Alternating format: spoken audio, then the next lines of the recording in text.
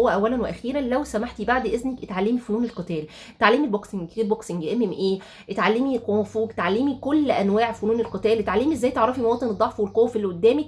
ومحدش يقول لك انا او انت يعني كامراه عشان بنت مهما كنتي مش هتعرفي تضربي ومش هيبقى عندك القوه ولا مش عارف ايه ويتريق عليكي، ده واحد ناقص، واحد مش فاهم اي حاجه بيهري في المهري.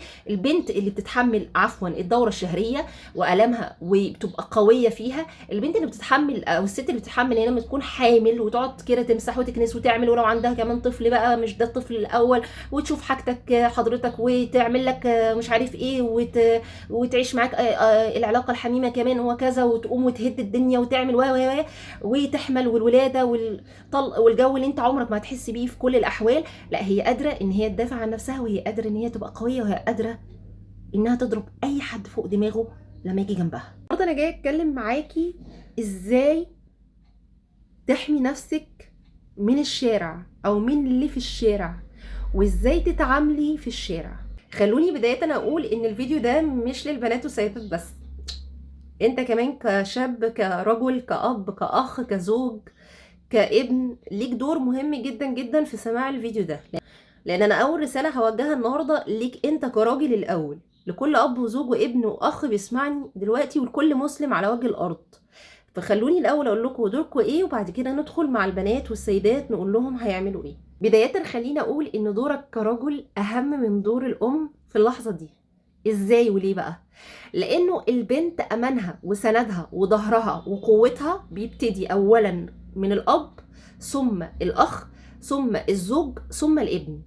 والمفروض طبعا اي مسلم في المجتمع يعني اللي احنا عايشين فيه، واي رجل بمعنى الكلمة، ان هو بيحمي اي امرأة مسلمة، سواء بقى هي كانت لبسها ايا كان، مش هنتكلم في ده كتير، لكن واجب وفرض عليك كمسلم انك انت تحمي اي بنت مسلمة، والمفروض ان انت اصلا ما تتعرضش ليها. لكن للاسف احنا بنلاقي حاجات كتير. يعني زمان المسلمين كانوا بيحموا المسلمات والمؤمنات من اليهود، مش من المسلمين اللي زيهم على فكرة، من اليهود، اوكي، او من ايام الجاهلية كمان. لكن احنا المشكلة دلوقتي بسم الله ما شاء الله احنا بنحمي بعضنا من بعض، يعني حاجة تكسف. فانت الرجل الظهر والسند الاول والاخير لواحده، هي اللي بتستمد قوتها وامانها منك. فلما اول حاجه تكون المفروض بقى مصاحب اختك، مصاحب بنتك، مصاحب مراتك، مصاحب يعني مامتك، ده المفروض مش عيب على فكره خالص. ربنا في القران الكريم ذكر وصاحبته وبنيه، صاحبته اللي هي زوجتك. وربنا شرع لينا ان احنا المفروض انت كاخ تكون قريب مني وتصاحبني وتطبطب عليا وفضفض معاك وتعرف دنيتي والمفروض لما انا يحصل معايا حاجه اجي احكي لك وترمي جواك انت كاب او كاخ. المفروض بعد كده كزوج، احنا قلنا بنبتدي بالاب والاخ لان هما المتواجدين كرجاله ورجال اول حاجه، اوكي. فالاولى حضرتك ان انت تصاحب على اختك وبنتك ومراتك، مش ان انت تصاحب على واحده بره خالص، والله العظيم ربنا ما قالش كده نهائي. لان ربنا قال ولا متخذات الاخدان. فالاولى هي مصاحبه اهل بيتك، ده بيفرق كتير جدا، ده بيخلي اختك ما تبقاش خايفه من حد، تبقى عندها القوه، محدش يقدر يضحك عليها، يبقى عندها الوعي مبكرا يعني وهي صغيره. كل حاجه تيجي تحكيها لك ايا كان مين، لان انت مش مخوفها من حاجه اصلا. وكذلك بنتك نفس الحكايه. فبالتالي مفيش شاب ممكن يقدر يضحك عليها او يخدعها، لان هي بتبقى يعني بتحكي لك كل شيء وهي واثقه وعندها الامان، وانت مديلها الامان. وما ينفعش طبعا انت تديلها الامان وتروح بام واخده منها على طول، حتى لما تغلط لازم تعرفها خطأها بشكل معين. فلما مثلا تيجي تحب او تتعرض لتحرش ولا تعرض لاي قله ادب بره لفظيا او غير او اي شيء، او على السوشيال ميديا او في اي مكان، تيجي تحكي لك وانت توعيها وتنصحها وتطبطب عليها وتحتويها، فتلاقي الحب والحنان والاحتضان في البيت. فده بيفرق كتير جدا جدا على فكره في شخصيه البنت قوي من صغرها لغايه وهي كبيره. طبعا ده المفروض الاهم، لان احنا كل ما بنكبر كل احتياجاتنا ما بتكبر معانا، واحتياجنا للاحتواء والاحتضان والطبطبه والامان والثقه بيبقى المفروض بيبقى اعلى بكتير جدا. فده مهم جدا ان انت تعمله. لكن للاسف عشان البيوت متغيبه من كل الامور ديت، والشباب دلوقتي هي اللي بقت للاسف بتعمل عكس ده، بل هي اللي بتعاكس وبتصاحب على بنات بره وتلعب وتتلاعب ويبقى عندهم اخوات بنات، ويبقى عندهم مثلا بنات لو متجوزين، بتبقى كارثه. ما يبقاش عارف انه كما تدين تدان، وما يبقاش عارف ان هو اكيد زي ما بيعمل مع الغير هيتعامل فيه. فالاولى والاصح ان انت تصاحب بنتك، اختك، مراتك، امك، اهل بيتك، هم اولى بيك، حمايه ليك، حمايه ليهم. هو ده الصح والدين والشرع. كمان لما بتصاحب عليهم ده بيدي للبنت او الست الثقه في نفسها، بيعزز الثقه في نفسها جدا، بيديلها الامان، بيديلها القوه، بيديلها الجرأه ان هي تعرف تتعامل مع الوحوش والذئاب والناس اللي ما عندهاش اي بربع جنيه دم ولا احساس ولا دين ولا تقوى في الشارع وفي التعامل في المجتمع بشكل عام. لما بتيجي تحكي لك زي ما قلنا، انت بتقدر تحميها، انت بتعرف توعيها، بتديلها نصايحك اللي من خبرتك كراجل كشاب فاهم الشاب اللي زيك في ايا كان الامور والمواقف. فده مهم قوي قوي قوي، لان اللي بيحصل بعد كده ان للاسف لما ما بيحصلش كده البنت بيبقى عندها انطوائيه اكتر. الوقت اكتر البنات عندهم خوف، انطوائيه، ما بيعرفوش يتعاملوا في مواقف ولا بيبقى عندهم حسن تصرف، بيقعوا في ناس زباله، انا اسفه جدا طبعا. في الشارع ما بيعرفوش يتعاملوا نهائي، لان طبيعه الانثى ان هي انثى وكائن ضعيف في الاول وفي الاخر. فللاسف دي بتبقى مشكله، مش بيعرفوا حتى يتصرفوا مع التحرش اللي بيحصل لهم لفظيا او غير او تلامس جسدي كمان. فاذا خلينا متفقين اولا واخيرا ان انت دورك اهم دور في الموضوع النهارده، اهم من اللي انا لسه هقول لها تعمل ايه. طيب نيجي بقى لست البنات، ست الستات. وانتي في الشارع ما ينفعش ابدا تتعاملي كانثى. ازاي يعني؟ لازم تتعاملي كرجل، بتكلم جد مش هزار. انتي في الشارع في المواصلات بتقابلي فئات ما يعلم بيها الا ربنا. دلوقتي ما بقاش فيه امان، ما بقاش فيه للاسف الا الذكور الا من رحم ربي. انتي لوحدك، مش معاكي برضو اخوكي او ابوكي او زوجك لو انتي متزوجه او ابنك لو كبير عشان يقدر يحميكي. فاذا لازم تتعاملي بشخصيه تانية، لازم تتعاملي في الشارع كراجل. لو اتعاملتي كأنثى حبيبتي هتتاكلي حرفيا. وفي مواقف ما ينفعش نسكت عليها، وفي مواقف لازم التعامل فيها بحزم وشده، زي التحرش. التحرش ده بيبقى لفظي، بيبقى ايضا للاسف جسدي. التحرش سواء لفظي او جسدي لازم ابقى عارفه ازاي اتعامل معاه. وانا للاسف عارفه ان كتير ما عندهمش الجرأه ولا الثقه، وعندهم نوع من الانطوائيه، فدي كارثه من الكوارث يعني. طيب في التحرش اللفظي في حاجتين، في التجاهل، وفي ان انا بتعامل ان انا ممكن افرج عليه امة لا اله الا الله. فمش دايما التجاهل ينفع، لان ممكن عدم ان انا افرج عليه امة لا اله الا الله يخليه يوصل لاكتر من كده. دي حاجه.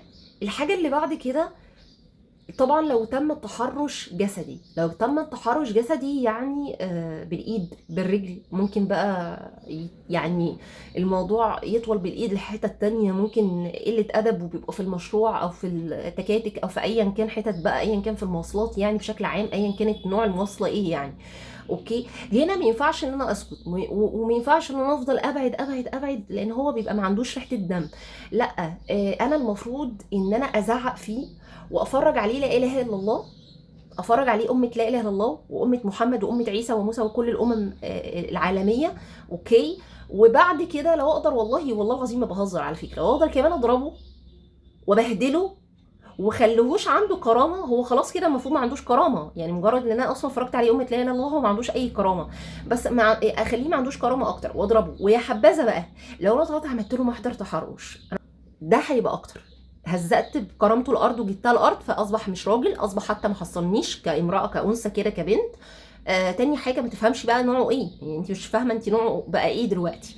تاني حاجه ان انت ضربتيه وروقتي عليه كده. تالت حاجه حضرتك ان انت عملتي له محضر كده، فله شمعه منوره، خدتي حقك تالت ومتلت.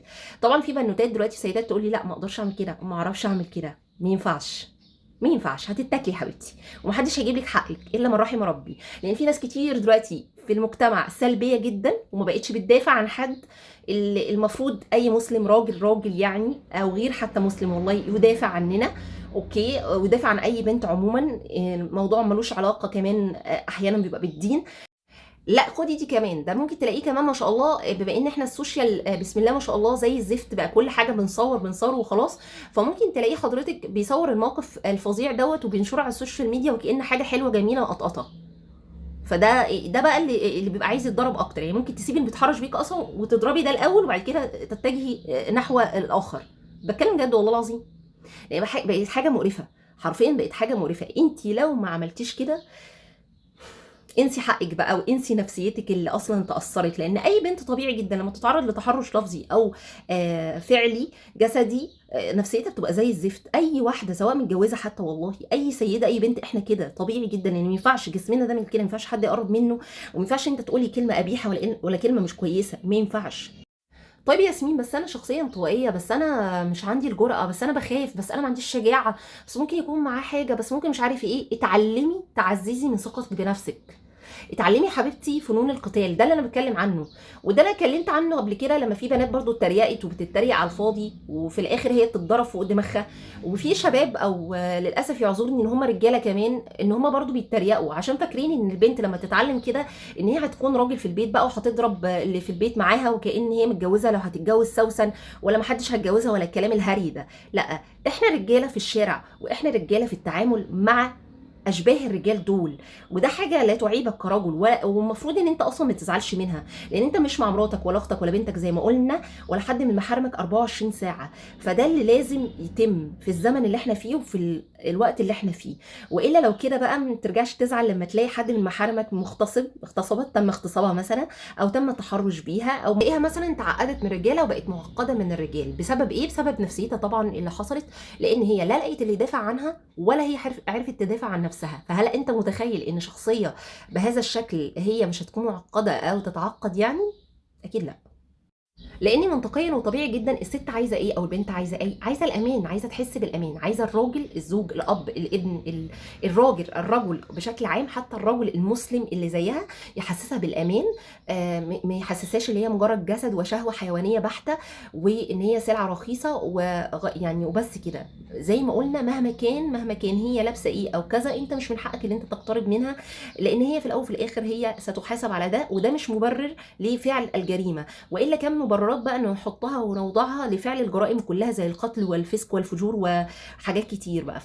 بصي يا ست البنات وهي ستات، لما اكون قاعده في المواصلات ما ينفعش تماما ان انا ما اكونش واخده بالي مين اللي جنبي مين قاعد. ويستحسن لو انا اخد كرسيين عشان اريح دماغي، كرسي مثلا قدام جنب السواق فقاعده على حرفي كده، طبعا ما اجيش اقعد جنبه حضرتك، او كرسيين مثلا في اي مكان ورا حمايه لي، لا قاعد بقى بنت جنبي ولا راجل جنبي. وانا غالبا اكتر الوقت لما الحمد لله ربنا بيكون كرمني بقيت اضمني شويتين، ببقى عامله كده عشان طبعا الدنيا غاليه. تمام؟ فده الاحسن ليكي بجد، ان انت لما تقعدي في المواصلات تقعدي واخده كرسيين جنبك.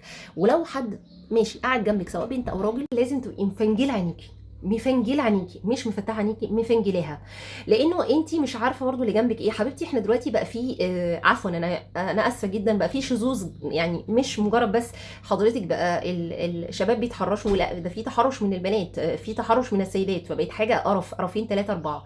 فلازم ناخد بالنا. زائد كمان مش بس كده، ممكن حضرتك يشكك بدبوس مخدر زي ما بنسمع، او يحصل اي حاجه في اي حاجه، فيبقى في سرقه اعضاء، في اختطاف، في اتفاقات لولبيه ما بين 4 5 10 قاعدين مثلا، او 2 3 ايا كان العدد، فانت ما تعرفيش. فلازم حضرتك تكوني واعيه جدا جدا ومفتحه ومفنجله عينيكي زي ما قلنا.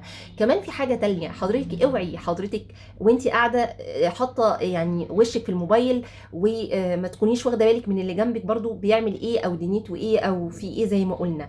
الحاجه اللي بعد كده، اوعي تنامي في المواصلات. ودي نصيحه امي الله يرحمها، كنت للاسف العمله دي بعملها غصب عني، خصوصا وانا راجعه من سفر من القاهره، ودايما كان بتدلني عليها، وربنا يرحمها يا رب رحمه واسعه. وعندها طبعا حق، لان ممكن طبعا اتخدر في لحظه، ممكن اتخطف طبعا في لحظه، ممكن يجرى لي اي حاجه في لحظه، ممكن يتم اغتصابي في لحظه بالتخدير باي حاجه. فدي كارثه منيله ب 600 الف نيله على دماغنا كلنا لو احنا نمنا في المواصلات. فلازم تخلي بالك ما تناميش في المواصلات ابدا. يستحسن وتحاولي تعملي دوت ان انت قبل ما تركبي تاكسي او توك توك او مشروع، تصوري رقم العربيه من ورا وتبعتيه لاي حد من محارمك عندك في البيت، بحيث ان لو لا قدر الله لا قدر الله اتخطفتي حصل اي حاجه يقدروا يجيبوكي لما تتغيبي. ده بيبقى افضل. او لو انت شاكه في السواق او في اي حاجه، تصوريه حضرتك وانت قاعده طبعا من غير ما ياخد باله. لو قدرتي تعملي كده يبقى احسن، وبرده تبعتيه لاحد المحارم، يعني علشان حضرتك لو برده حصل حاجه يبقى مع رقم العربيه عشان يجيبوه من قفاه على طول. وانت في اي توك توك او في اي تاكسي، لو هو مشى من اي اتجاه او هيمشي من اي اتجاه انت مش عارفاه، اوعي تخليه يكمل. ممكن في، مش بقول ان كلهم مش كويسين او عايزين بقى يخطفوا او يسرقوا اعضاء او يعملوا اللي يعملوه او يغتصبوا، ايا كان نيتهم السوداء المنيله. مش بقول طبعا ان هم كلهم كده. بيبقوا في ناس عايزين يختصروا فعلا الطريق وشايفين الطريق ده اسهل او مثلا فاضي عن طرق تانية ممكن تكون زحمه، ولكن الامن ليكي انك تمشي من المكان اللي انت عارفاه. اوكي. وده حصل معايا قبل كده، يعني كان في حد هيدخل من طريق هو معروف لكل الناس، انا بس اللي ما كنتش عارفاه، فقلت له لا امشي من الناحيه الثانيه، والناحيه الثانيه دي كانت زحمه جدا، فقال لي زحمه جدا، قلت له مش مشكله يا شرب هنقعد ساعتين، امشي من الناحيه الثانيه. وطبعا سمع الكلام، لانه لو ما كانش سمع الكلام كان هيبان نيته اللي مش كويسه. لو حسيتي ولو مجرد احساس باي شيء مريب او غريب في وانت راكبه في المواصلات، في حد جنبك، في السواق نفسه، في اي حد، لان للاسف بيبقوا فيه منهم، مش هقول كلهم مظلم يعني، بس اكتريتهم للاسف شاربين ومنينين على عينهم، ربنا يهديهم اجمعين يا رب، او يعني يهديهم برضو، مش عايزين ندعو بحاجه تانية. لو حسيتي باي خطر او باي شيء مرعب، صوتي ولمي عليكي الدنيا كلها. يعني بصي اصغدي بقى، اعملي اي حاجه، لو ايا كان بقى، لو قاعد جنبك بقى اللي بيعمل كده ولا ايا كان، المهم بهدلي الدنيا، صوتك ده عايزاه يجلجل كده، جلجل زي ما بيجلجل كده حبيبتي لما بتضحكي احيانا في الشارع، ها بقى انا سامعه صوتك يعني، ما تفتكريش، انا ببقى عارفه. ماشي، انا عايزاه بقى يجلجل كده بالسويت، اولى من انك يتم حاجه مش لطيفه، خلي بالك. ما تاخديش اي حاجه من حد يا حبيبتي، لا حاجه حلوه ولا حاجه مره ولا حاجه اي شيء. عارفه كده ماما وجدته لما كانت تقول لنا واحنا صغننين، حبيبتي ما تاخديش اي حاجه يا حبيبتي من حد، لو تاخدي كراميلا، هو كده بالظبط، والله ما بهزر قسما بالله، انا ممكن اكون واخده الموضوع لايت وبنضحك مع بعض عشان الموضوع بس ايه، ما نقفش من بعض، لكن فعلا ما تاخديش حاجه من حد، وما تقفيش تساعدي اي حد وخلاص. مش معنى كده ان انت ما يكونش عندك دم ولا انسانيه ولا رحمه بالخلق، لا الحيوان ولا الانسان، بس والله هتساعد الحيوان احسن ما تساعد الانسان، ومع ذلك طبعا الاثنين محتاجين. لو هتساعد الانسان يا ستي وخلاص، الانسانيه لازم ولازم طبعا تكون، وانا مش بقول لا طبعا، ودايما انا شخصيا بدعو اليها، لانه ارحموا من في الارض يرحمكم من في السماء. ساعدي الناس اللي متيقنه في اماكن زي المستشفيات او جمعيات خيريه وكذا. اللي في الشارع لو سمحتي ارجوكي تخلي بالك، ارجوكي ما تاخديلكيش الشهامه والجدعنه والمروه. لما واحده توقفك في الشارع انت ما تعرفيش، وده حصل معايا وانا حكيته قبل كده الموقف ده، ممكن تكون بتوقفك عشان تسالك على حاجه انسانيه وتعبانه ومش عارف ايه، وممكن في الاخر تطلع حراميه او تطلع خطافه وعايزه يعني تخطفك علشان تعمل بيكي ايه، اقول لك تعمل ايه، هتلعب معاكي طاوله. لا يا حبيبتي، هي كل ما في الامر لا هتسرق اعضائك، لا اما هتبوظ حياتك كلها، انها تخليكي ممكن يكونوا تبع شبكه دعاره، وده كتير بيحصل جدا، وهتنحرفي انحراف غير طبيعي. لو انت مستعده للانحراف يبقى على الله حكايتك بقى. لو سمحتي ايضا وانت ماشيه في الشارع، بلاش الموبايل اللي احنا بنبص فيه واحنا ماشيين، ها مش حب وخلاص، تخلي بالك لان الموبايل ده ممكن يتشد منك، تتخطف، ساعتها هتصوتي وهتعيطي وتبقي عايزه تجيبي موبايل تاني، ولو عليه بقى صور شخصيه، يا نهار اسود يا نهار اسود، وهتبقى وعيتك سودا منيله ب 600,000 جنيه. فطبعا ما نحطش صورنا، نحاول نلقي صورنا على هارد خارجي يكون عندنا في البيت ونحتفظ بيه، ونعمل له كمان باسورد. اوكي. وبغض النظر طبعا الموبايل بتاعنا، طبعا احنا الدنيا غاليه فمش هتعرفي تجيبي زيه، لو قلتي لبابا هيضربك على قفاكي، او ممكن يضربك ايا كان يعني، او يحرمك من الميراث كله. فلازم تخلي بالك من الموضوع ده كمان، خلي بالك لان انت ممكن تتخطفي انت والموبايل، او تتشدي كده، او يجرى لك اي حاجه. فعلى ايه، على ايه، نلم نفسنا كده حبيبتي، نحطي موبايلنا في شنطتنا او نمسكه جامد كده ونخلي بالنا. لما نحس كمان ان حد ماشي جنبنا او ورانا، نبقى كده بعينينا كده مخليين بالنا. على فكره انا بعمل كده والله العظيم، يعني انا كل اللي انا بقوله لكم ده انا بعمله يعني، تمام. فلازم نخلي بالنا كده ونوعي، واي حاجه تحصل معانا لازم نقول لاهلنا. عشان كده انا قلت في الاول، بدات بالاهل الاول، بالاخ والاب، وقلت دور الراجل. عرفت بقى يا اللي بتسمعني لغايه دلوقتي، لو انت لسه طبعا مستمر، عشان عارفه ان مفيش طقطان بتسمعوني للاخر كالعاده بتاخدوا نص الكلام، طبعا انتوا احرار، ولكن ان كان في حد عنده صبر وبيسمعني، عرفت انا ليه بقول دور الراجل مهم في الاول. علشان كده، علشان ساعات في بنات للاسف، او حتى لو كان زوجات او ايا كان، بيبقى مش عندهم الجرأه ان هم يقولوا لازواجهم ولا لابهاتهم ولا لاخواتهم، كانهم الجاني مش المجني عليه خالص، وكانهم هم يعني اللي بيتحرشوا وهم اللي بيعملوا وهم اللي بيسووا. فسبحان الله يعني، فما ينفعش، لازم نقول لاهالينا، ولازم اهالينا يكون ليهم طبعا دور معانا.